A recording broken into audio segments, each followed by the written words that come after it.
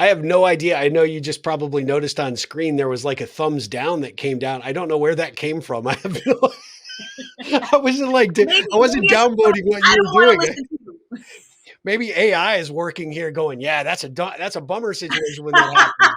But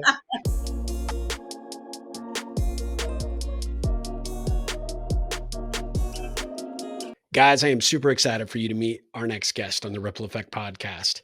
Jennifer Vasquez is JV, the coach. She is an organizer, she's a declutterer, and she's a mindset coach. She has actually turned her passion for helping people get their lives in order and remove the clutter in the physical world to help them work on what they need to work on in the mental world.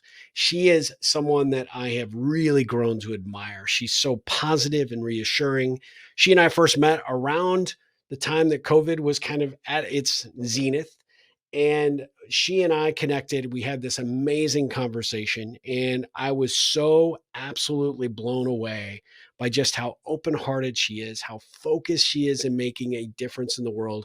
And when I think of a Rippler, I think of her. She is based in Nashville, Tennessee. She's a musician to boot. This woman is there anything she can't do? She is so talented and so amazing. And I'm so grateful that she agreed to be on the podcast today. Why I wanted her to come on is not only want to share what her work is all about, but I really want you to see the level of commitment she has to making a difference out there in the world. She's just a really engaging individual, someone that has so much heart and so much commitment to making a difference that I think you're going to fall in love with her. So, with no further ado, let's dive into this episode with Jennifer Vasquez, JV, the coach. Guys, I am super excited to have Jennifer Vasquez on the Ripple Effect podcast. We've been talking about doing this for a while. Jennifer, welcome to the show. How are you doing? Good. Thank you, Steve. It's been a while, so It it's good has to been a see while. you. I'm so grateful that you made the time. I know you are like super in demand right now and you are busy all the time. But one of the things that I said in your introduction is part of the reason I wanted to have you on the show is when I think of a Rippler, you are that. You are doing it through your work, you're doing it through your good messaging out on social, and you are just a great contributor to the world. And though I've never met you in person, I feel like you and I, we connected early days of COVID and we just struck up this friendship. And it has been something I'm really, really grateful for. Ditto. Well, thank you. I appreciate that. Yeah, we'll just mic drop it right there and show over, Boom. right? I'm out. I'll see you later.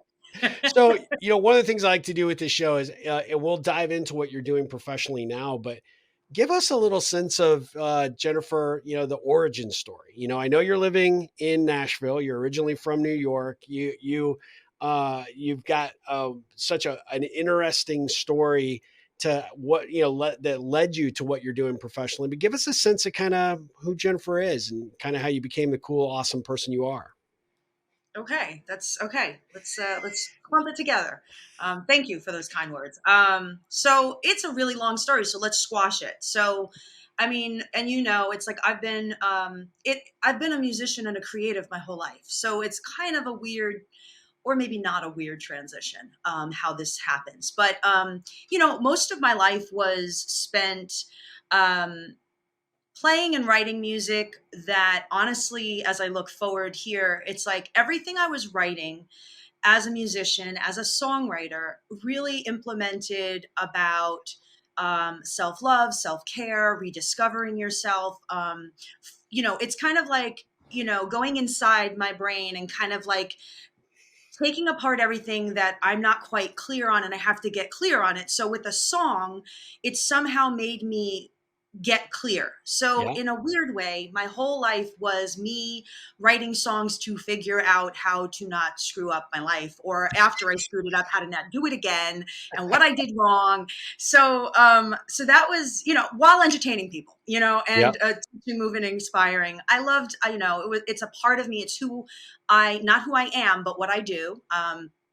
And that through line for me of touch, move, inspire, touch, move, inspire, touch, move, Ooh. inspire. So I think it's not really what I do as much as why I'm doing it, right? So it doesn't matter what I do as long as I'm touch, moving, and inspiring. So jumping ahead, I moved to Nashville from New York in 2016, and with the hat on as a musician, Yeah. and actually coming out with an album, which was weird because I was like, I don't know, do I still want to do music? I don't know. It was a weird time. And I'm here in Nashville, and I'm like, well, I guess I have to be a songwriter because that's what I am.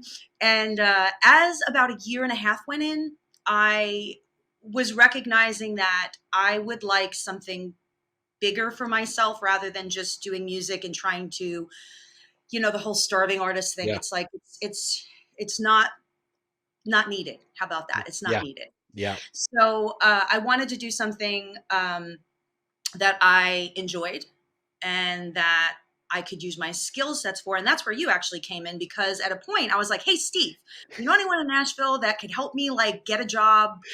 And the weirdest thing about this whole thing is that, again, I'm a musician. So I have many holes in my resume. So if I Yeah. show up to a job and they're like, well, where were you this year? And I'm like, well, I was touring, I was selling. That's why I wasn't working. I was working. Yeah.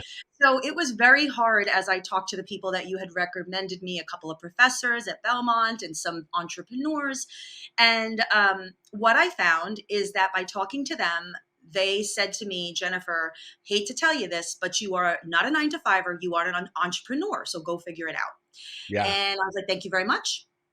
And I figured it out as I went, which I think is a really big entrepreneurial thing that I'm learning has to happen. I basically just started brainstorming, and long story short, I thought, oh, um, I really like helping people get out of their own way. Yeah. I really Yeah. like to declutter people's minds, so to speak.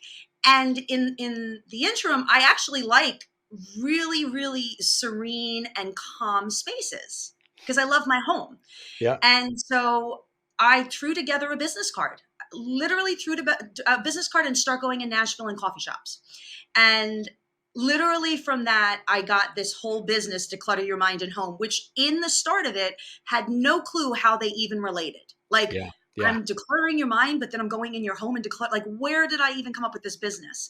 And it makes so much sense now because it's so interconnected and it's Sure. so needed. So, anyway, that's the story. I mean, I love that. There's so many, so many questions that come from that. But I mean, the thing that I do recall was, when you were really trying to figure out what was next, I could feel that you were an entrepreneur, right? You were someone that I just knew that had you had vision. You knew kind of what you wanted to do. You had this real, as I said in your intro, you have this big heart, and it's just front and center in everything that you do and how you contribute, how you add value. And I love how you approached it, not only from the musician side, but also from this approach that you take with the clients that you work with today, right? And I just love your positive spin on it, because I think, yes, at the end of the day, if you can get control of one or both sides of that coin, whether it's your home, whether it's your mind, but ultimately, if you can do both, and you have a guide like you that's helping you navigate those waters, there's slightly different problems, but they're all really compounded and they're very heavy. And I love the fact that you go into each client opportunity with just this open heart to say, okay, where can I meet you at? What do I need to do to solve the problem that you think you have right now? But it's probably a much bigger or larger problem than what you're actually giving it credit for. Yeah. And so that's where the in-depthness of this interconnection is, because again, I was having a consultation yesterday with someone, and um, she's like, okay, I said, okay, so she's like, my office, it's just, I don't even want to work here. And it's like, and my closets. And so she starts that. And I said, okay, so let's not talk about anything to declutter, and let's jump right into your story. So how many siblings do you have? What's your family like? Like, I was like, this has nothing to do with decluttering your house right now. So what my job is as a mindset coach is to dig into you and ask you questions that you're not going to ask yourself so deeply until we find out why you're messing things up externally. Yeah. Why are you putting stuff in your own way?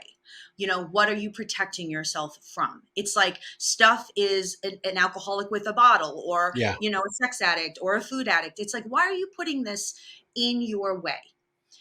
so my job is to find out the root. And I used to, when I first started, you learn a lot as a bright entrepreneur. And I would be like, I'm going to gut you. And someone's like, you really shouldn't probably say gut you, Jen, because it's kind of not gentle. And I know you're from the Bronx, but like gutting is really harsh.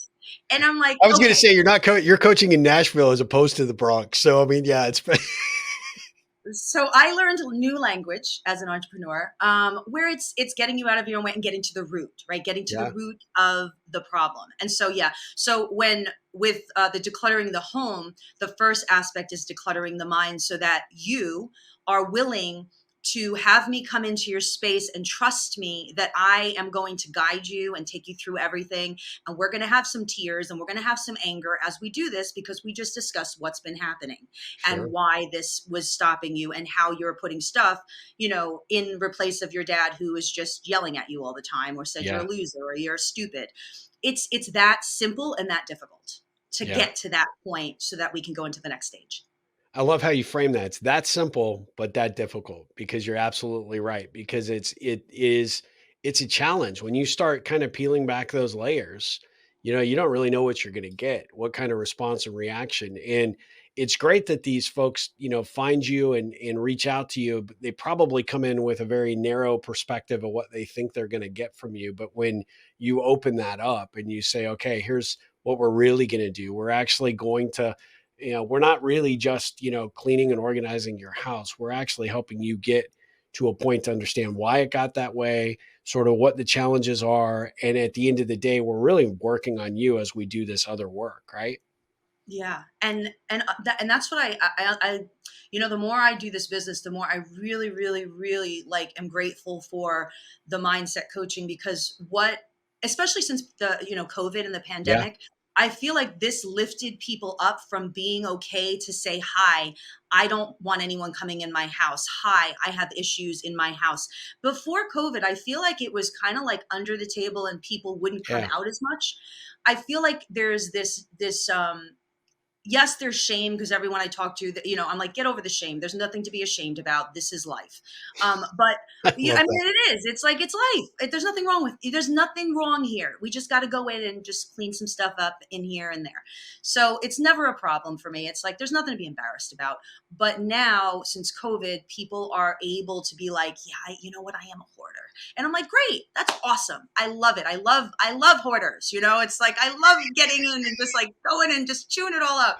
And because at the end of the day, it really is about a baby step process. So that's again, and I think that's entrepreneurial in itself. Like, how do we build baby steps? How do we go? I don't know. I just move forward. And Yeah, it's kind of the same mindset. It's like, what do I go when I walk into someone's house? I never have a plan. I know how I work. I don't have a plan, which is why I love the business, because yeah, I have enough of me to know how to do what I need to do. And everyone is different, but the root is different, but everything else around it is the same. So it's like I work in increments and little baby steps, right? And it's like, yeah. let's just be super focused here. Don't look over there. Do not look over there. We're here.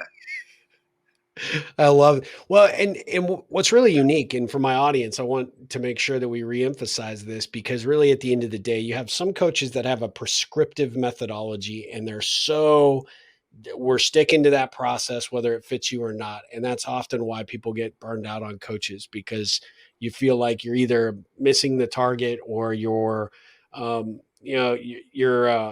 wanting you to go at a level 10 and you're still at a level 1, right? And I love the fact that you talked about shame because I would think in a lot of these environments that you experience, that's one of the prevalent things that you encounter. And I know, and you've seen it as well, I'm sure, with coaches, they look at that like, oh, I love the shame train because at the end of the day, I can carry that out for a long period of time on a coaching relationship. And we'll work on where that shame came from. And I love how you just like, hey, there's no shame here. You may feel it in a temporary moment, but it's a temporary state. Let's move past that and let's figure out how to get into the meat of the work. And I love that because it's very action oriented and it's very focused on really helping that client move beyond this thing that carries so much weight, around that. And when people can actually just say, oh, wow, somebody's giving me an opportunity to move beyond it, that in itself is a massive leap forward in the client's mind. Yeah, and you know what, and so when I say to someone, listen, I'm not a therapist, so make sure you know that. I'm not a therapist. I'm not here, and I joke, to keep you here for 5 years. I'm here to get you in and get you out. Which maybe is not a good business model for like, Yeah. but I'm like, it's okay. Yeah. Um, But no because offense. I mean, I think once you're in and out, they want you back in, not necessarily from the decluttering and organizing perspective, but to have you in their corner because you're such a badass coach. So I think it's an excellent business model. well, thank you. Well, but it feels right, right? So if it Sure. feels right in my belly, then it works. So Yep. it's like for me, and again, I do have a business model in the sense of a like when I think when we first like, oops, I have a 4-step process. And the 4-step process when I'm coaching anyone, I'm saying, hey, we got to go through this 4-step process, which will probably take like maybe 2 sessions or 3 sessions. But really, what the 4-step process is, and what I'm learning, actually, I love that I learn as I go, and how much I'm learning from my clients. I just love it. It's just like, oh my god, I'm learning so much. And I I I will say, like, now when I'm coaching people, I'm actually take like the declutter coaching. I'm actually taking them through the 4-step process without even telling them I'm taking them through the 4-step process. Whereas if I'm coaching one on one with you on a Zoom or in person, I'm like, okay, we're going to get back to your past. We're going to rewind. Then we're going to move forward and see what story is there. And then we're going to go and we're going to erase that all. And then we're going to go and create new healthy habits. So there is this implementation as a coach to be like, hey, listen, if you're coaching with me, because the bottom line is, as a coach, I need to get into you and I need to know you so well, and you need to know where I'm at so that then we can start coaching. But Yeah. like it's like the moment before is I need your whole life in me, because once I get you, now we can work together in unison and get somewhere. But I don't want you holding on to these things that I don't even know are there. Where I think also and this is like, we're in therapy, it's like we'll get there. I'm like, we're getting there now, like now. We don't have tomorrow because you're Yeah. paying me to come into your house now. Yeah. So people will be like, so are we gonna when are we gonna start? I was like, as soon as I get there. We're starting as soon as I get there. Get your garbage, like there's no like waiting, Yeah. it's like you've waited your whole life. This is Yeah. exciting. It's time. So yeah, it's time. So I always say, it's like, it's like, I'm these people, when you say they come in shame, it's like a lot of them, it's like, I'm so overwhelmed. And I'm like, that's great. This is awesome, because I'm getting you right into action. I'm getting you out of the overwhelm right into action. And yes, it's a give and take, but it yeah, it's just like, it's if we're in fear and we're not in love, so it's like there's two choices. Well, if we're overwhelmed and we're stuck, then we have to take action. So it's kind of like, which one? You got to just take the action. I don't know what to do. Well, we just start with picking up the piece of trash that's on the floor, and then we'll keep doing the rest. Yeah. Yeah. I love that. I love that approach. When you work with the clients that you serve, the thing that I really, I know my audience is hearing it in your voice. They're seeing it if they're watching the video. The value that I think you bring to the table is you bring this high level of energy in this almost welcoming sense to say, look, I'm right here with you, right? We're going to make this work together. We're going to do this. And even though maybe you're not, saying, hey, look, here's my 4-step process. But you're helping that unfold in the way that it needs to in order to make that client feel safe and secure. When you first told me about your business model, I was like, that's brilliant, because really at the end of the day, the difference between, like, let's say leadership coaching, which is, somebody that's achieved a certain level of success or trying to get to the next level of their career, it's either money or power focused. And there's a real internal intrinsic drive. But when you talked about the decluttering process and starting there, it's a different market completely. But at the end of the day, it's almost compelling and inviting, because at the end of the day, those clients, they are probably the most lonely, isolated people ever, whether it be because they don't want to share what, their home life is like, and they're so fearful of being found out, or they've, basically literally walled themselves off from the world with this stuff or with the way they live. And at the end of the day, they're dealing with it in an isolated bubble. And that's got to be one of the most lonely existences. So having somebody like you that comes in with positivity and sort of that, you very, very um, really enlightening energy, I think has got to be just such an amazing experience for the client. Yeah, I smile because a lot of my older clients, like in 70s and 80s, and those and most of my clients are women, and I think it makes a lot of women, they've lost their spouses, Yep. they've kind of, it's a lot of women. And so, um, to be able, you're absolutely right. So every time I walk into, if I'm doing an actual in person, a lot of mine are Zooms, but the older the people are, I do have to walk in because it's just a little bit more easier for them. And when I'm walking, like when I walk into this one woman, Linda, and I check in with her regularly because she is hoarding mentality, but now her house was totally hoarded out. It took us about 6 months on a kind of a schedule to get her house to not hoard it anymore. But during that 6 months, you'd never know she was a hoarder. But also, there's the coaching that we did every day, to be like, and this is a 73-year-old woman, and I'm like, okay, take out your mantras, let's say our mantras. Okay, what are you grateful for today? Okay, why are you hiding that behind your I see that, why are you hiding that? She's like, oh, you see that? I was like, yeah, why are you hiding that? Because I want it. I was like, well, then give me a good enough reason why you want it, and then I'll let you keep it. But like, if it doesn't serve a purpose, then you have to get rid of it. Yeah. Like, so it's not being, I think, and so my whole point with the whole like shame, when I first walked into her house, um I stayed about 3 hours, and I knew this one was going to be a long, I could, because it was like a consultation, but I'm like, it's hard when she knew she was a hoarder, but it's hard, and she was so just drained and miserable. And really, I walked, be like, think of hoarders. I Yeah. walked and I couldn't sit anywhere, so she was sitting on her chair and I stood the whole time. She's like, Wow. why don't you just sit right there? I was like, no, no, I'm good. Yeah. And so, um those 3 hours, I was able to open, right, just open that little space that saw hope. And that is, I think that's actually exciting when it's like, okay, you see it, because I'm excited, and then it's just like, let's get this party started, and it's like, yeah, it's going to be hard, but we're going to have a really good time, and you're probably going to yell at me, and it's okay, I love you already, so we're okay, we're family. But it's a lot of yelling, it's like sometimes, like, I know, I'm like, okay, that's great, awesome, let's come back to that later, we'll just, but the thing is that when I'm working with someone, yes, you see them transform. And I tell them, listen, what we start with, you're going to have a hard time. But once we keep doing this, when when there's space where there was none, two things happen. It becomes very frightening because now there's space. Think about it when we talk about like belief systems. It's like Yeah. when I tell you that you are worth it and you're not a loser, and you actually believe it, and you have to empty I'm a loser, that's really hard because now your identity is lost. Yeah. Yeah. Whether good or bad does not matter. It's an identity you've been living with. So it's the same thing with space. When you give someone space, they don't know what to do with it. They don't know how to use it. So they want to put it back in.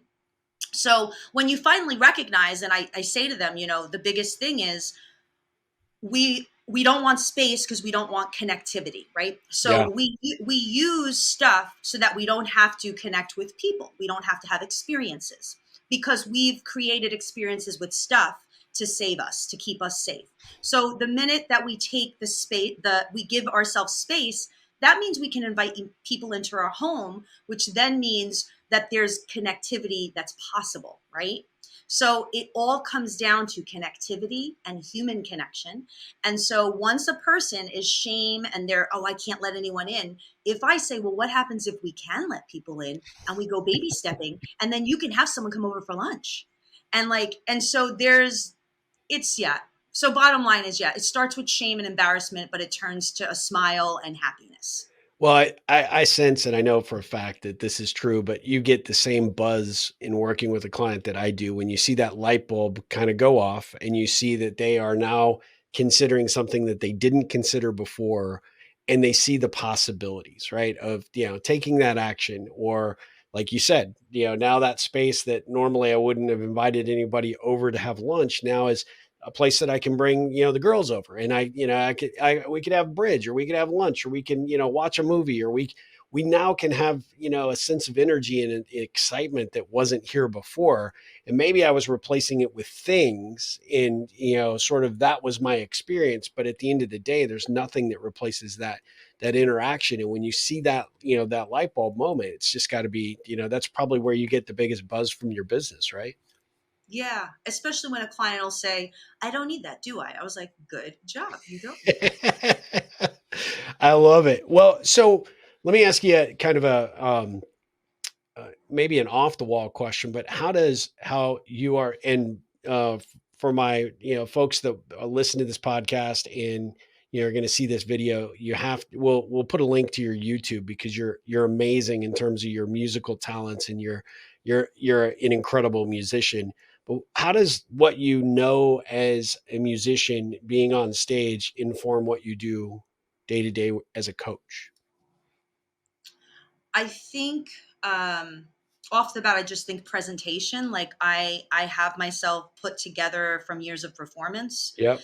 so it's not. I'm not performing, but I am a performer. So I think and I think as a performer, there's a light around us as performers. Like I think there's something that high vibrational, right? So Yeah. it's like there's something vibrational around the gift of music and the gift of sharing that with someone. So I think that, you know, as an entrepreneur going into a business, I have the same chutzpah that I would go on a stage and then walking to someone's house. It's like when I'm on, and I'm on for you. Yep. And so no matter, and I think there's also a realness to it, which the same thing as a musician, which I've learned over the years, where it's like if I'm getting on a stage and there's something off in me for that day and I have to actually perform, I have to authentically say, listen, so here's what's going on, but before we start this, I'm letting you know this is going to be centered around this. Because if I can show up as a human being, and this has taken a long time, and I think this is also where it's like, you know what? I am not perfect. I am nothing near perfect. I am so flawed. But I have learned that where my flaws came from, so I can keep taking them out and adding the light, right? So Yeah. I'm as I'm coaching you, I'm learning through my other people that are teaching me stuff. So I think that the authenticity of getting on a stage or going in with a client and being like, you know what? I understand. And let me tell you why, because this just happened to me when I walk. And then you're able to have someone see that you're not here. We're just here. It's just that I have stuff that I'm able to do because I was here. So if I was here and now I'm here, oh my God, you have to be able to come here. Like, how can you not? I love it. I have no idea. I know you just probably noticed on screen there was like a thumbs down that came down. I don't know where that came from. I have no, I wasn't like, I wasn't Maybe it's downvoting what I you were don't want to doing. listen to you. Maybe AI is working here going, yeah, that's a bummer situation when that happens. But, you figure out how to navigate. I didn't want you to think I was like, no, no, man, tell my audience, don't listen to this. That Yeah. was not Well, it that's at just all. like that's like, and I say, you know what it's like? It's like, if someone doesn't like what you're doing, that's okay. No, not everyone's gonna like it. You That's just right. keep moving forward, just stay with your vision. It's all good. I love it. I love it. Well, no, what you're saying is it makes perfect sense. And one of the things that I think that and I know you've probably thought of this perspective, but share it regardless, is you find as a good musician, you find a cadence, you find a rhythm, right? And that connects with not only the music you're performing, but also that audience that you're performing for. And I Mhm. think as a good coach, it's also figuring out what that rhythm is, how to speed up, slow down, meet that client where they're at. And that is what makes, I think, a really good connector. It also makes a really good coach. It makes someone that really looks and sees another human being and be like, okay, what do you need? How can I help? What can I Mhm. guide you through today? And I think that's something you're exceptionally good at. I remember our first conversation. I don't think we were even on a Zoom. I think it was just over the phone, but it went from like kind of low, hey, I don't know about what I'm doing and where I'm going, and to you kind of picked up, and we just started talking about what's the possibility, where do you want to go, what do you want to do, and just vibrationally you just like went off the charts by the time the end, because you were so enthusiastic about looking at what all sides of possibility might look like. And it became like, rather than an exploratory conversation, it just became this great interaction between the two of us. And so I can see that energy just bubble up in you, but you're really good at connecting with people at the level that they're at, but also saying, hey, over here it's not so scary, come on, let's drive, let's pick up the pace, let's pick up the beat, let's make this thing really go a little faster, because you can and you will, and it's a lot more enjoyable. And so I think that, believe it or not, I think as a musician, I think that really informs how great a coach you are. That's interesting. Yeah. Yeah, and I, as you're saying that, I was thinking, there's a woman that I started decluttering a couple weeks ago, and such a lovely woman. I mean, all my clients I love, I really do. And such a big heart, and definitely pretzel twisting. And she's in her like late 60s, still working full time. But I'm like, no more pretzel twisting. Yeah. So long story short, the second session, so I work hand in hand with one person. Like, this is why it works. Like, when there's companies like, well, we can, I'm like, no, you can't come in and just take someone's stuff.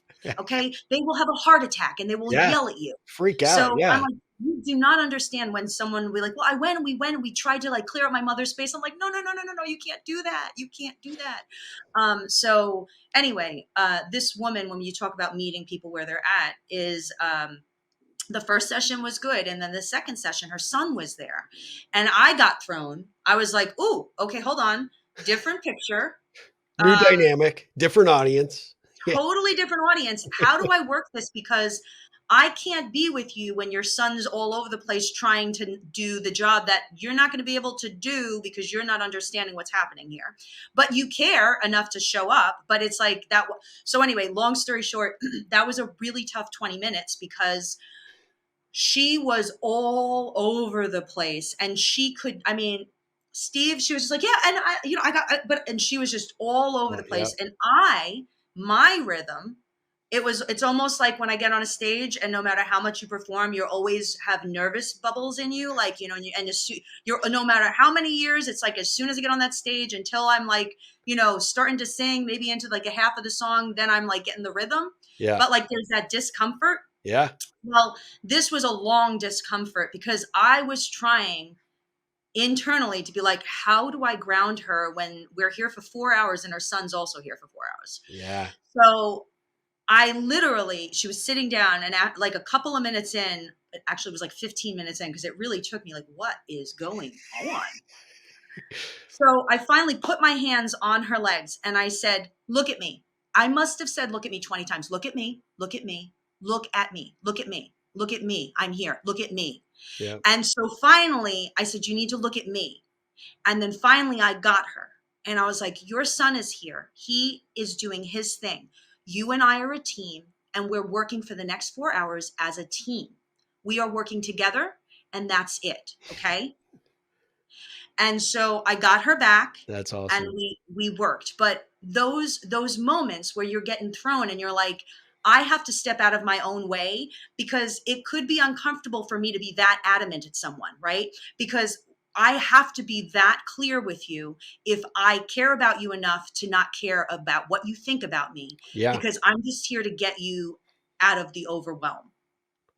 I love that. That's a great story for sure. Oh, I mean, I think everybody can see why you are so good at what you do. And I cannot tell you just how proud I am to see where your business has gone and where you've taken it, what you're doing, and, the positivity that you put out on, LinkedIn and on Instagram and TikTok. I mean, you do it all, and you really get people thinking. And I love the before and after pics that you do with the clients. And we'll put your social channels up here in the show notes as well. And I'll make sure that you include those before we wrap up. But at the end of the day, you I can tell when you post these that you're just so proud of the work that you've done. Not because look at what Jennifer did, but look at what my client did. Look at what we accomplished together. And that's the mark of a really good coach. So I'm super super proud of you. What's the best thing about, in your mind, being the entrepreneur that you are now? Uh I mean, it's just, I'm my own boss. I mean, it's like, it's I mean, it's, it's so funny because you think like, I thought, like, back in 2017 when I had this idea, and then like I started putting out there, and it's like, I was waiting tables and bartending, and and doing music, and yeah, I've done like a ton of different jobs. I was always this entrepreneurial mind, but I never succeeded at being able to make the money to actually be a full-time entrepreneur. Yep. Like that thought, I didn't know how that could happen. And so the best part is also like, it's like I have to acknowledge myself because I sometimes don't want to acknowledge myself. But like this year, I was talking to my accountant and she's like, Jen, she's like, you almost doubled your income this year. Like she was like, look at that, look what you're doing. And I'm like, yeah, I guess so. Okay, yeah. Yeah. I could down myself sometimes because I'm just all I'm doing is so the good thing about an entrepreneur is you get to like be your own boss, you get to make your own hours, you're confident in what you're doing after a while because you know that like it's just rote. It's like, Yep. and then you learn more. The obstacle with an entrepreneur is setting boundaries, knowing that I need to stop working. I can't, text a client at 9 o'clock at night and like I need to make Yep. sure that there are boundaries and then I have to learn to take that time where it's like, no, I can't do that. Or, and also, and I know this, it's like, yeah, social media and all this stuff, but it's also, and I know I'll get there, like I'm getting there, but it's like also being able to hire out the people I would like to hire out. And I've started doing that with certain little things in pockets where it's like, this is like, I can't always be on social media and doing this. And Yeah. again, like my mom's like, did you go on social media? And I was like, Ma, I don't go on social media to actually go on social media. I just go on social media to get my stuff Get my on and stuff done and be out. Yep. Yeah. because it's dangerous out there. So I'm like, that just wastes time. Yes. So I'm there for people to to see the stuff, but I have to get on and off because I got to do stuff. But it's yin and yang. Uh, So I love it, and I also am trying to navigate how to have an abundant life around it all. Yeah, I love that. Well, you and I are similar in that respect, in that I have actually started delegating the things I don't like to do, and I've found some great resources, which, by the way, I can share offline with you. But Yeah, it has completely invigorated what I'm doing and where I'm going, because now I'm not consumed by the things that I don't want to do, and I can delegate the things that I probably shouldn't be doing in the first place, right? yeah, And it allows me to open up that space and creativity to really focus on the work that really lights me up and excites me. So, but that's a typical problem for an entrepreneur, right? We try and grasp and hold on to everything, and then that's why entrepreneurial burnout's a real thing. And you yeah. stop missing deadline or start missing deadlines and stop returning emails when you should, or there's issues, or you get in that proverbial loop that I'm so busy I can't possibly hang out or do anything. And then, next thing you know, you're just kind of really struggling. And so I love the fact that you recognize that, and you're starting to open that up to, take on the additional help, because it'll help you scale, believe it or not, it'll help you grow faster. So, um, one of the things that I always like to do in these interviews, and you know a few of these kinds of questions, because we've been friends for a while, and I always ask these because it gives some additional insight into my guests. But I feel like my audience is just automatically connected at the hip with you. They're gonna love this so much. But I want to ask you a few ripple connection questions if you're okay with it. Absolutely. All right. So first question is, what did 7-year-old Jennifer want to be when she grew up? Oh, an actor, a dancer, a singer, So triple show threat. I business want has to be a always triple been threat. there. Oh yeah, yeah. Triple threat. Triple threat. I love it. I love it. What was your favorite way to spend time before the age of 10? Was it In my room, playing with dolls, singing, Bette Midler, um, Mariah Carey. Maybe no, Mariah Carey maybe was older, but yeah, like just being by myself in my little fantasy world. I love it. So what's your favorite way to spend your free time now? Taking walks in nature. If I'm in the zone, going and writing a song. Being with good friends, I can have really deep conversations with. I love that. I love that a lot. So you're still a musician, you're still performing. What's different now based on the fact that you've got this gig, this entrepreneurial gig that's really kind of paid off now. What's the biggest surprise now as to how that informs your songwriting and your performing as a musician?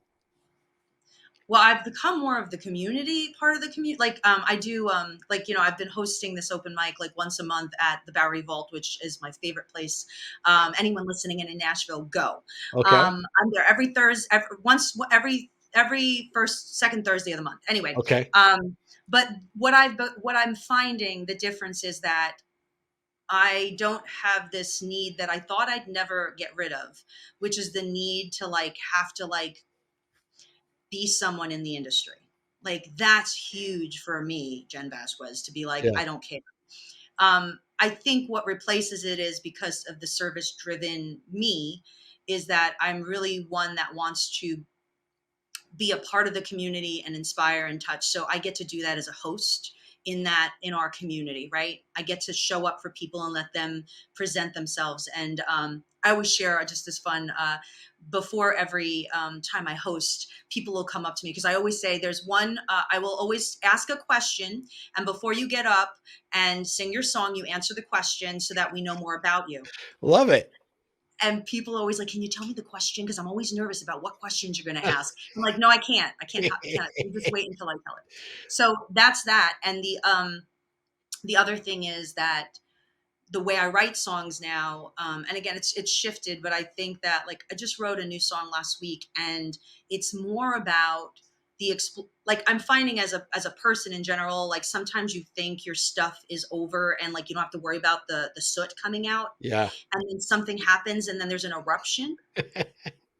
Yep. So I'm finding my eruption. It happened the past couple months. So I'm like, I'm writing about this traumatic eruptions, right? So it's like I think as a songwriter, again, I write when I want to write. I mean, I love music, but I don't have to perform when I don't want to. I don't have to do gigs that don't pay me. Like it's just my game. Yeah.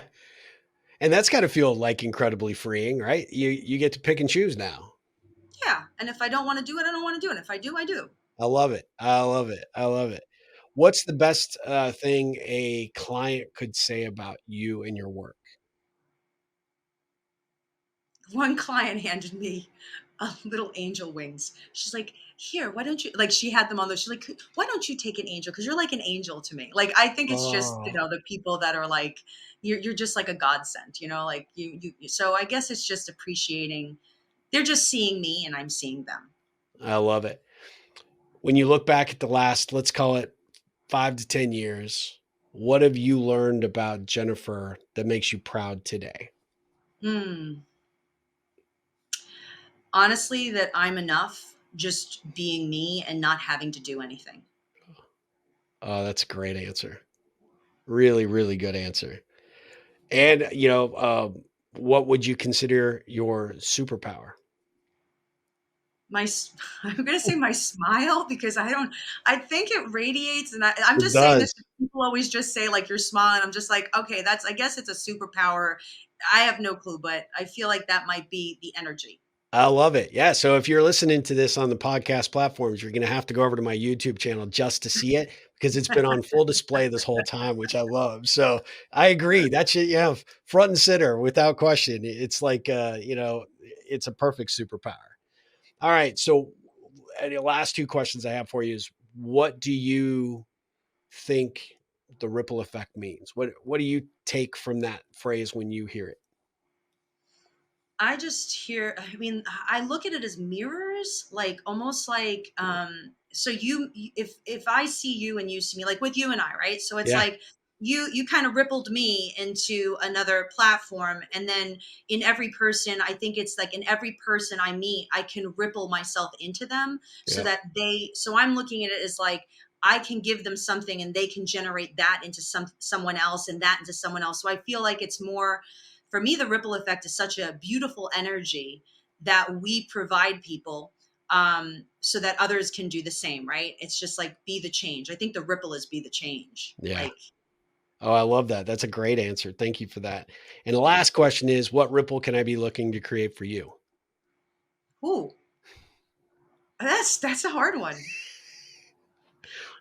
The first thing that comes out of my head is just like I have this book that I finished, but now I have to go to the next step. So it's Okay. like I think that the ripple is for to expand into this next, and I don't. This is just what's coming up. Sure. To expand into the next part of this thing that I'm creating, which is more like um, leadership. Like I want to be a guide and a leader. I want to be a public speaker. I want to Okay. be, workshops. So I don't know. I think that's that. I want to ripple that out. Like that's 2024 to like 2026. I feel like the leadership part of me has to kind of like go into like arenas. Yep. Let's talk. Let's get this done. All right, well, sign me up. I'm willing to help you any way I can because I think, yeah, the world needs to know you. I mean, more of the world needs to know you because I can see that for you. I can absolutely see it, and happy to help that. I can happy to help navigate the book thing. Yeah, I would love that. So, yeah, done, easy. That was simple. So Well, before we how let can you I, go, one second, what's that? Yeah. what's the ripple on you? Like, how can I ripple you? Oh, I that's a love g that. How can I that's a ripple you? great question. Well, so one of the things that we've done, I think I shared this with you on LinkedIn, is that we created this community called The Pond, and one of the things that we're trying to do is bring people that really wanna make a difference out there in the world through their connections. I wanna bring more visibility to that, and a couple of things that I thought of for you that might be advantageous is, especially with the clients you work with, a lot of them might be looking for community. So we have a space in there for people that are retired and an opportunity for them to engage with other Ripple retirees. And then we have another space that I would love to have you come to some sort of talk for, which is called WOW, which is our Women Optimizing Women. And it's our kind of women only Ripple, but it's an opportunity for women to be inspired by other women that are out there making a difference. Right. And so would love to get you engaged there. But most importantly, if you know people that you're working with or that you know just in through your own network, the pond's completely free. It's a great place for people to engage and connect. It's not a marketing or sales list, but it's an opportunity for people to kind of come and commiserate with fellow Ripplers and create this sense of community and practice our connecting, right? And so that would be great. I mean, if you know people that might be benefit from that kind of environment, send them our way. And if you'd be open to doing presentation, I'd love to talk to you about that because I think our folks would love it. I mean, we'll highlight this podcast in there anyway, but that you're just your energy and your enthusiasm and what you want to do, maybe coming out and talking about the book that's coming out or talking about,